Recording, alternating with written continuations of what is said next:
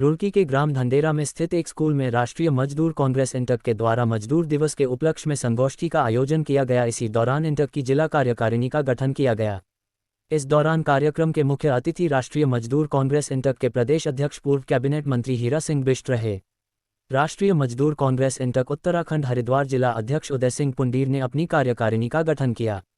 इंटक उत्तराखंड के प्रदेश अध्यक्ष पूर्व कैबिनेट मंत्री हीरा सिंह बिष्ट के द्वारा सभी नवनियुक्त पदाधिकारियों का फूल माला पहनाकर जोरदार स्वागत किया गया। साथ ही उन्होंने कहा कि उन्हें विश्वास है कि कार्यकारिणी में शामिल सभी नवनीत पदाधिकारी व सदस्य संगठन के प्रति एक होकर काम करेंगे। साथियों ने कहा कि गरीब तबके के लोगों एवं मजदूरों की लड़ाई लड़ने के लिए वह हमेशा आगे रहेंगे। उन्होंने कहा कि राष्ट्रीय मजदूर कांग्रेस इंटक लगातार उत्तराखंड में ही नहीं पूरे देश में मजदूरों के एक गरीब वर्ग के लोगों की लड़ाई लड़ने का काम कर रही है। आज मजदूर दिवस है, पूरे दुनिया में मनाया जा रहा, प्रत्येक प्रदेश में जा रहा कि जो अमेरिका में अपने अधिकारों के लिए मजदूरों ने लड़ाई लड़ी थी और उसमें अमेरिका की सरकार ने शिकागो में उस समय मजदूरों पर गोलियां बरसा दी थी और हजारों मजदूर मारे गए थे। वो मजदूर यही कह रहे थे कि हमसे 20-20, 25-25 घंटे काम ले जाता है, तनख्वाहें नहीं बढ़ाई जाती, कानून नहीं, कुछ नियम नहीं है। तो इसीलिए उन्होंने आंदोलन किया था, शहादत दी थी। तो उनकी शहादत का दिन है, तो मैं उनकी शहादत को नमन करता हूँ, प्रणाम श्रद्धांजलि भी देता हूँ।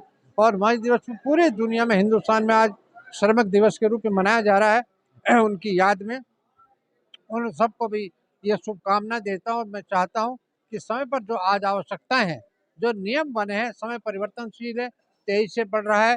आज वेतन कुछ होता है, महंगाई नियंत्रित नहीं हो रही, तो वो वेतनमान सरकारी कर्मचारी हो, चाहे दिहाड़ी कर्मचारी हो, कारखाने का हो, चाहे आंगनबाड़ी हो, आशाएं हो, सबके मानदेय में परिवर्तन होना चाहिए, वृद्धि होनी चाहिए।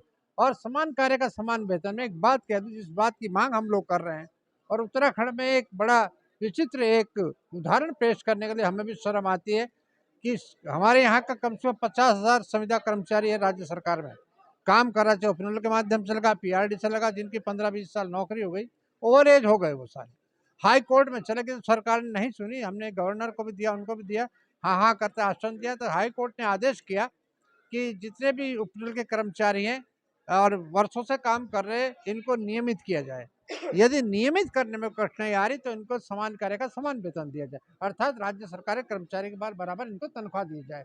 ये राज्य सरकार पहली सरकार है बीजेपी की, शर्म आती है कि सुप्रीम कोर्ट चली गई उस आदेश को रद्द करवाने को, वहां इनकी एप्लीकेशन पड़ी कि आदेश को रद्द कर दो, हम नहीं मानेंगे इसको। तो ये सरकार मजदूर विरोधी, ये उदाहरण दिया है इन्होंने, उसकी लड़ाई हमने लड़ी, अभी प्रदर्शन किया था, फिर गवर्नर को अभी इंटक की तरफ से ज्ञापन दिया हमने, 2-3 हज़ार लोगों ने जाकर के, और आज गवर्नर ने आश्वासन दिया कि हम कार्रवाई कर, लेकिन नहीं कर रहे।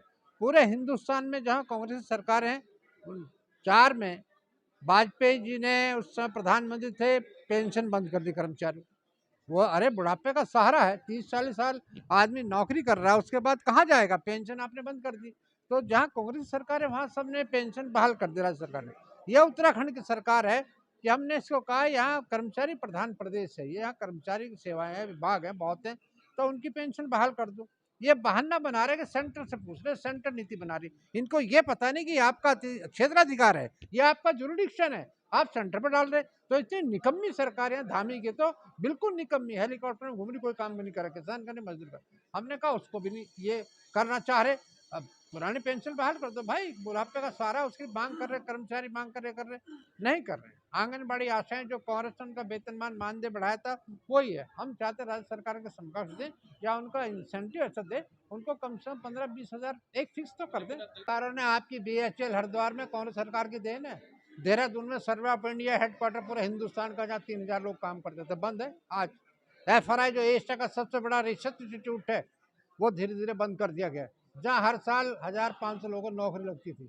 CD air force account office headquarter था, वो बंद हो गया। ऑर्डिनेंस फैक्ट्री के 4 कारखाने देहरादून में है, चारों को प्राइवेट को आपने ठेके पे दे दिया और लोगों ने निकालने शुरू कर दिए कर्मचारी। मैं उदाहरण दे रहा हूँ, कांग्रेस ने, आप कह रहे ना क्या किया, तो जो कुछ किया है कांग्रेस ने किया। अब इन्होंने तो रेलवे भेज दी, एयरपोर्ट भेज दिए, बंदरगाह भेज दिए, 6 बड़ी कोल इंडिया भेज दी, ONGC शिफ्ट कर रहे, भर्तियां बंद कर दी, उसके लिए भी हमने धरने प्रदर्शन किए, हेडक्वार्टर देहरादून में है।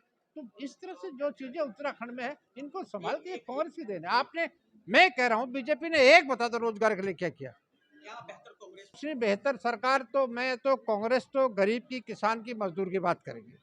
इन्होंने 3 काले कानून लाए, जब 800 किसानों ने शहादत दी दिल्ली बॉर्डर पर, तब उनको विड्रॉ किया। इस तरह 3 श्रमिक कानूनों में काले कानून लाए, धरने प्रदर्शन के आश्वासन दिया, लेकिन अभी तक उस पर कुछ नहीं हुआ। आप जो जब पहले किसान को मारा, मजदूर को मारा, अब इन्होंने सैनिकों पर आरी चला दी। नहीं, देखो अलग अलग व्यवस्थाएं हैं, संगठन की बात अपनी जगह है, कांग्रेस अपनी जगह काम कर रही है, अध्यक्ष जी भाग दौड़ कर रहे हैं, हम लोग सहयोग करते हैं जहाँ आज की समय में श्रमिकों की स्थिति बहुत दयनीय है और खासकर उत्तराखंड की अगर बात करें तो यहाँ जो है, जो बड़ी बड़ी इंडस्ट्रीज है, जो बड़ी बड़ी फैक्ट्रियाँ हैं, यहाँ वर्करों को निकालने का काम कर रही हैं। तो ये बहुत ज़्यादा गलत है। जैसे कि आपको अध्यक्ष जी ने बताया, प्रदेश अध्यक्ष जी ने बताया कि जो उत्तराखंड में इंडस्ट्री कांग्रेस के शासन में लगी थी, वो आज धीरे धीरे जो है हट रही हैं। आपने देखा होगा कि कांग्रेस सरकार में जो यहाँ पे सब्सिडी मिलती थी, इनकम टैक्स में छूट मिलती थी, ये सारी चीज़ें इन्होंने धीरे धीरे बंद कर दी। और आज आप अगर किसी भी इंडस्ट्री एरिया में जाके देखेंगे तो आपको इंडस्ट्री जो है ना सुनी सुनी दिखाई देंगी, सारी सुनी मिलेंगी।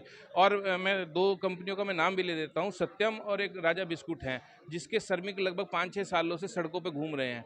जो जहाँ तक अध्यक्ष जी की बात है, ये अगर इनको आधी रात भी आप फ़ोन करोगे और श्रमिकों की कोई लड़ाई की बात होगी, कहीं भी इन्हें जाना होगा, ये खड़े रहते हैं।